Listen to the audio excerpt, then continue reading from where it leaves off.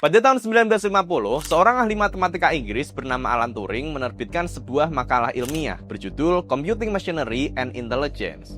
Dan di dalamnya, dia mengajukan sebuah pertanyaan. Bisakah mesin berpikir? Sebagai konteks, beberapa tahun sebelumnya, Turing membuat model matematika dari sebuah sistem komputer yang kompleks. Kemudian, ketika waktu Perang Dunia Kedua pecah, dia membuat komputer mekanik untuk membantu Inggris memecahkan kode enigma dari tentara Jerman. Di mana mesin ini bisa memecahkan kode enigma dalam waktu beberapa menit saja dibandingkan dengan metode manual dihitung secara manual pakai tangan yang butuh waktu berjam-jam atau bahkan gagal untuk memecahkannya. Jadi, ketika Alan Turing menulis pertanyaan bisakah mesin berpikir, dia penasaran sejauh mana kepintaran dari mesin itu bisa berkembang. Dari sini, penelitian tentang kecerdasan mesin terus berkembang sampai sekarang kita sudah mengenal sistem AI yang sangat-sangat canggih. Tapi tentu saja perjalanannya sampai menghasilkan sistem AI yang sangat canggih ini tidaklah mudah. Banyak proses yang dilewati selama ini.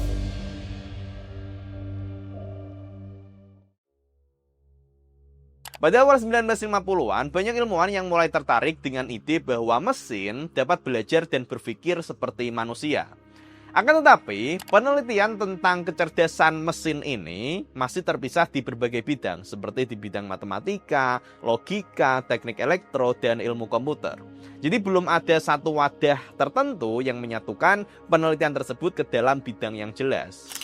Untuk menyatukan ide-ide ini, John McCarthy bersama Marvin Minsky, Claude Shannon, dan Nathaniel Rochester mengusulkan sebuah proyek riset musim panas yang kemudian dikenal sebagai Dartmouth Summer Research Project on Artificial Intelligence.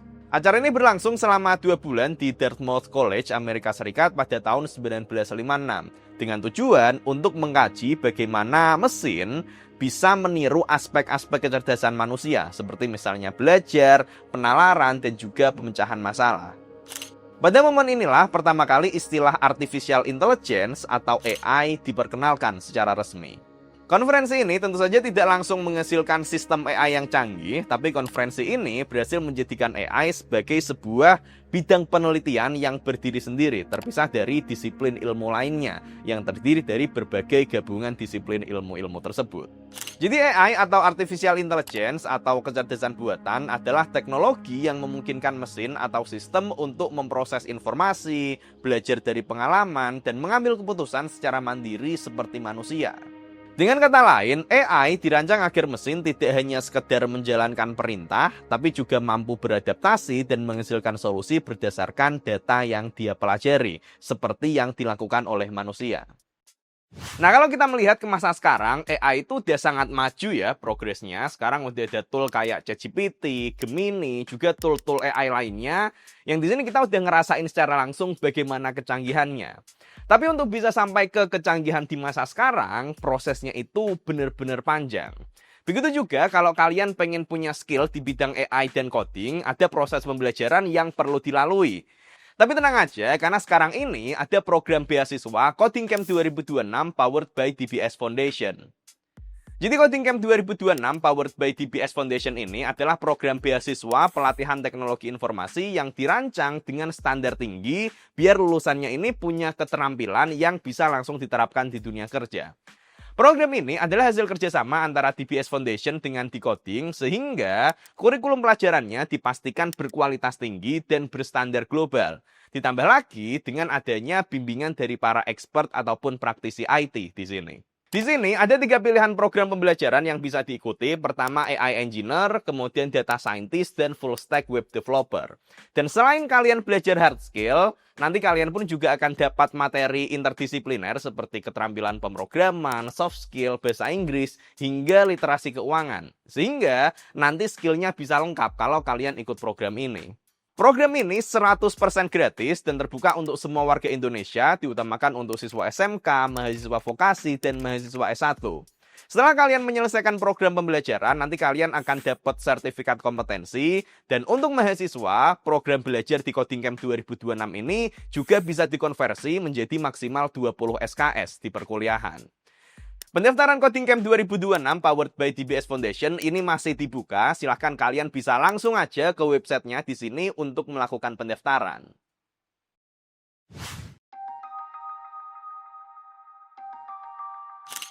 Setelah Dartmouth Conference tahun 1956, penelitian tentang AI memasuki fase optimistis yang sangat tinggi.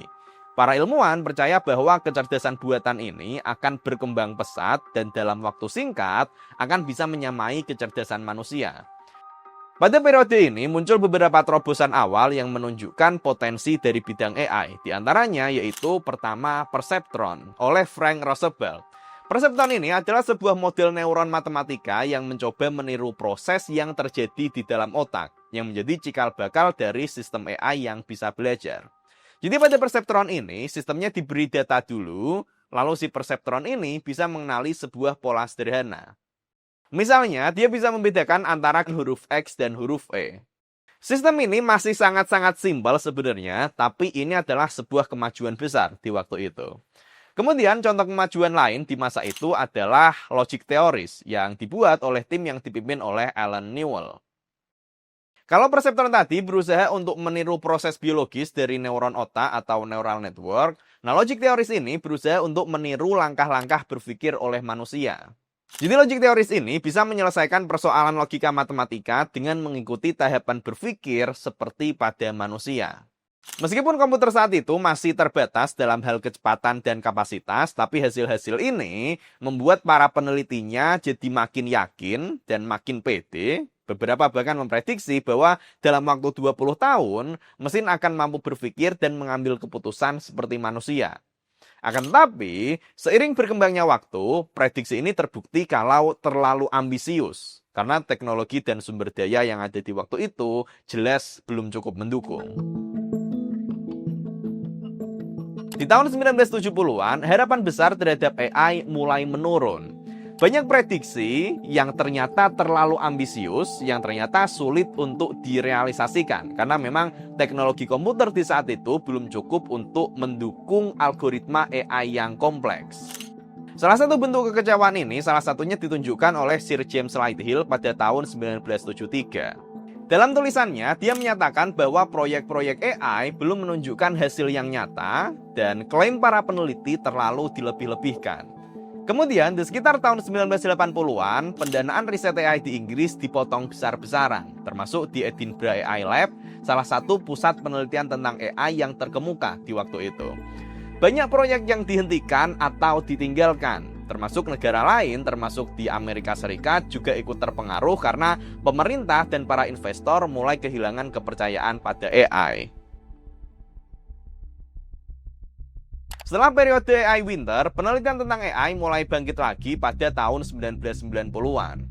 Kebangkitan ini terjadi berkat kemajuan teknologi komputer yang di waktu itu mulai memiliki prosesor yang lebih cepat, termasuk juga kapasitas memori yang lebih besar. Ditambah lagi ada metode komputasi secara paralel yang kemudian nanti jadi graphic processing unit.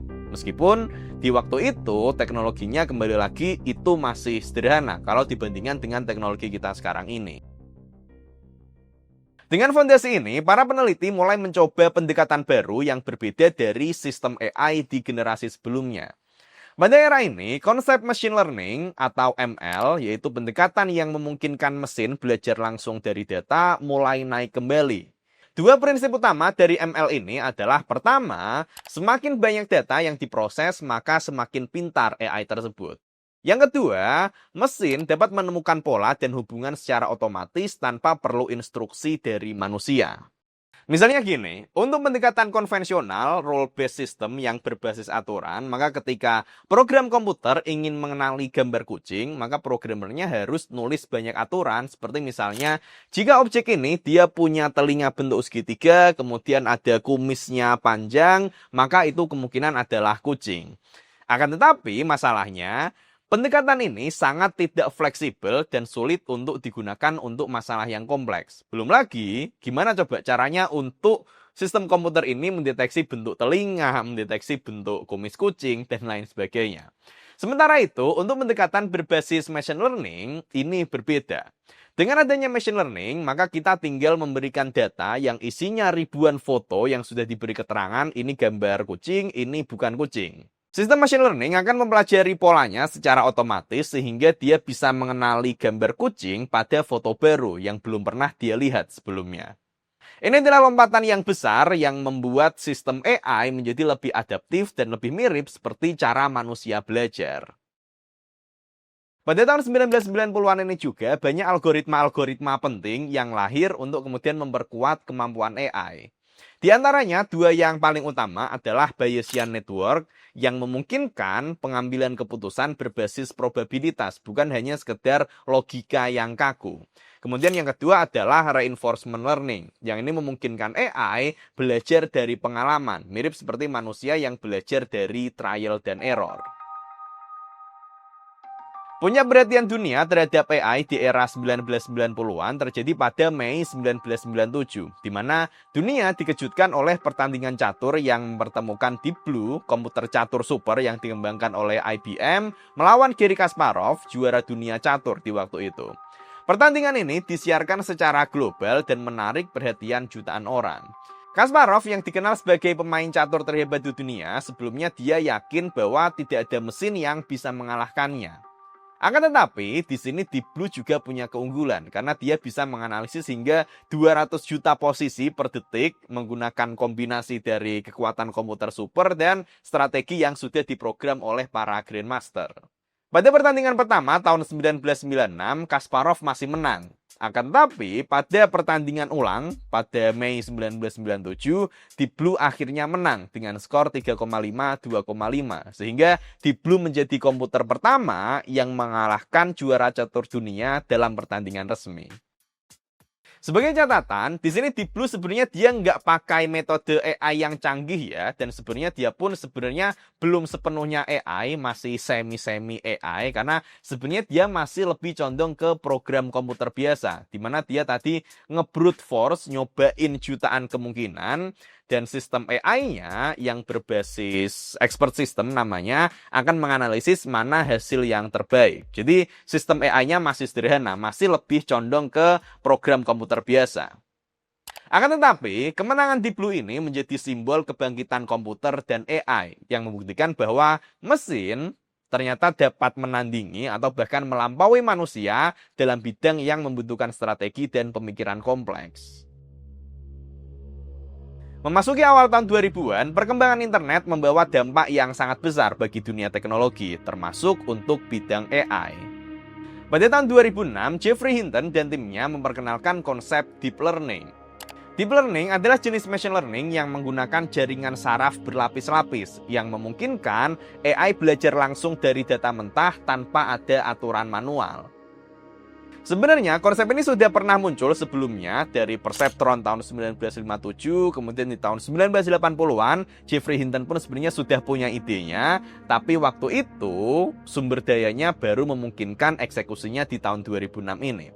Jadi sistem ini berusaha untuk meniru proses yang terjadi di dalam otak kita secara lebih realistis, di mana dalam otak kita neuron itu nggak cuma ada satu lapis, tapi prosesnya ada berlapis-lapis. Kemudian masing-masing ada koneksi dan dari sinilah proses berpikir bisa terjadi. Kalian bisa juga nonton videoku yang ini tentang membuat sistem AI untuk digit recognition untuk mendeteksi digit agar kalian bisa paham proses yang terjadi di baliknya. Sistem deep learning ini kemudian memungkinkan sistem AI untuk bisa mengenali pola yang lebih kompleks. Dan sistem ini juga lah yang kemudian menunjukkan potensi besar yang realistis dari AI. Memasuki tahun 2010-an, AI berkembang dengan sangat pesat berkat ada 3 faktor utama. Pertama, data dari internet ini ada makin banyak yang ini bisa dipakai untuk melatih model AI. Kemudian, GPU menjadi semakin canggih yang memungkinkan proses training untuk AI menjadi lebih cepat dan lebih besar skalanya. Dan yang ketiga, banyak algoritma-algoritma baru yang lebih canggih sehingga data yang bisa dipahami oleh AI ini bisa makin beragam. Tahun 2012, Alex Krizhevsky, Ilya Sutskever, dan Geoffrey Hinton, ini adalah orang yang sama yang tadi memperkenalkan Deep Learning tahun 2006, mereka membuat sebuah model AI bernama AlexNet. Jadi AlexNet ini adalah sebuah model AI berbasis Deep Learning yang dilatih dengan sangat banyak data sampel, sehingga dia bisa mengenali pola. Dan hasilnya, dia bisa mendeteksi gambar dengan sangat baik. Jadi ketika diberi gambar ini, dia bisa tahu kalau ini adalah gambar kapal. Gambar ini dia tahu kalau ini adalah gambar macan dan seterusnya. AlexNet ini menunjukkan bahwa dengan dataset yang banyak yang sudah diberi label informasi ditambah dengan kekuatan komputasi GPU di waktu itu, sebuah sistem AI yang sangat canggih ini bisa dicapai. Nah, di tahun yang sama, tim peneliti dari Google merilis penelitian berjudul Building High Level Feature Using Large Scale Unsupervised Learning. Mereka membangun sistem deep neural network dengan jutaan neuron yang dilatih menggunakan video dari YouTube. Berbeda dengan AlexNet yang dia tadi dilatih dengan data yang sudah diberi label, misal ini gambar kucing, ini gambar anjing, dan seterusnya, penelitian dari Google ini adalah unsupervised learning. Jadi datanya nggak dikasih informasi apapun. Hasilnya ternyata sistem ini secara otomatis bisa mengenali pola, bahkan bisa mendeteksi gambar kucing tanpa diberitahu apa itu kucing. Dan sejak saat itu, industri teknologi makin banyak yang mengimplementasikan deep learning ini, yang menjadi fondasi utama untuk berbagai sistem seperti computer vision, pengenalan suara, dan banyak aplikasi lainnya. Tahun 2013, tim peneliti dari Google merilis model Word2Vec, sebuah model AI berbasis neural network yang bisa memahami hubungan antar kata pada suatu kalimat. Jadi Word2Vec ini bekerja dengan mengubah kata menjadi set koordinat angka, dan kata yang berkaitan akan memiliki koordinat yang lebih dekat. Misalnya pada kata Jakarta dan Indonesia, Word2Vec bisa memahami kalau kedua kata ini ada hubungannya. Tahun 2015, riset AI semakin maju dan di tahun ini OpenAI didirikan oleh Elon Musk, Sam Altman, dan Greg Brookman. OpenAI didirikan dengan tujuan untuk memastikan agar kemajuan AI ini nanti dapat memberikan dampak baik kepada manusia. Tahun 2016, perusahaan DeepMind yang diakuisisi oleh Google merilis program bernama AlphaGo yang menarik perhatian dunia. AlphaGo ini adalah sebuah program AI yang didesain untuk bermain Go, sebuah permainan papan tradisional dengan ukuran 19x19 yang membuatnya lebih kompleks daripada catur. AlphaGo berhasil mengalahkan pemain Go terbaik di dunia, Lee Sedol, mirip seperti ketika Deep Blue mengalahkan Garry Kasparov. Tapi berbeda dengan Deep Blue yang masih cenderung mengutamakan program komputer biasa, AlphaGo ini dia sudah benar-benar berbasis AI.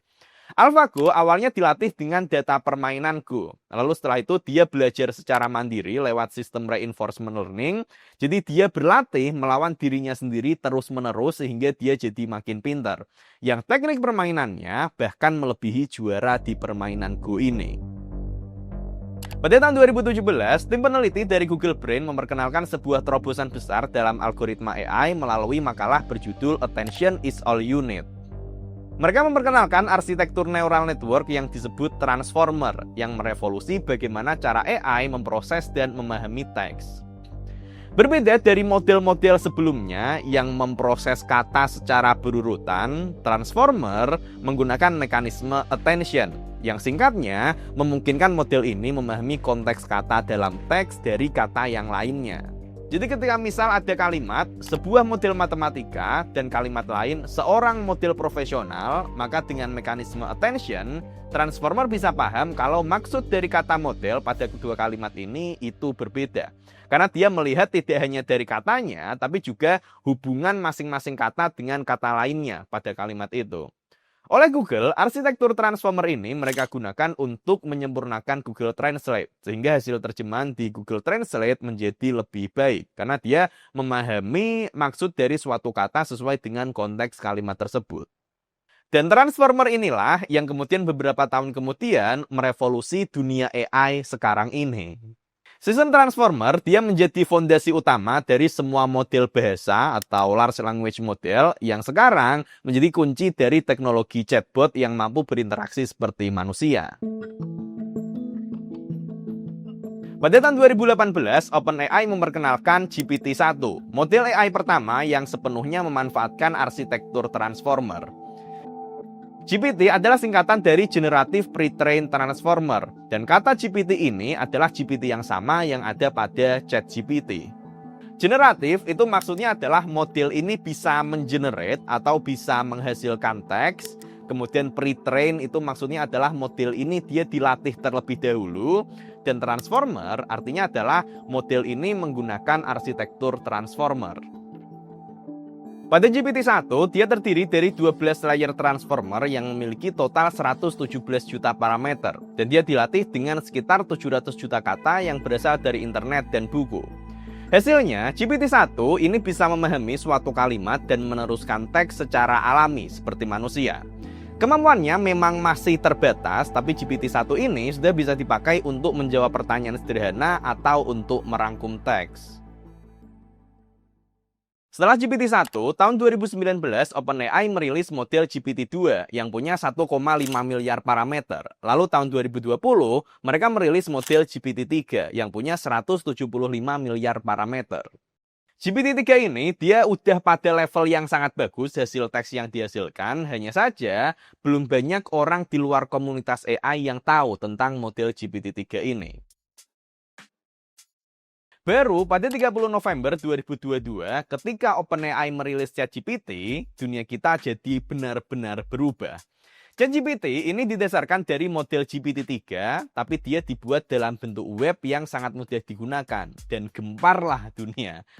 Aku nggak tahu kalian masih inget atau enggak momen pertama kali pakai ChatGPT, tapi aku sendiri, aku bener-bener inget gimana momennya nyobain ChatGPT dan itu gila.